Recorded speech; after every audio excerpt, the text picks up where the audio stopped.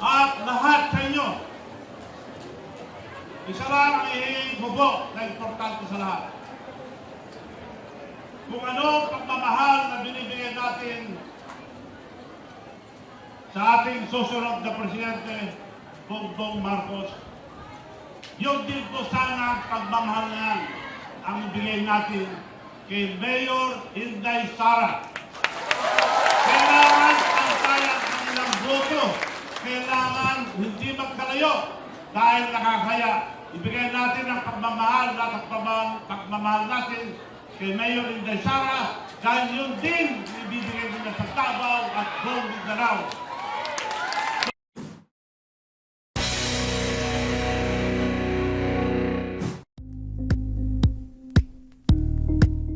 Thank you for watching Politico TV. Please like and subscribe to our channel for more videos.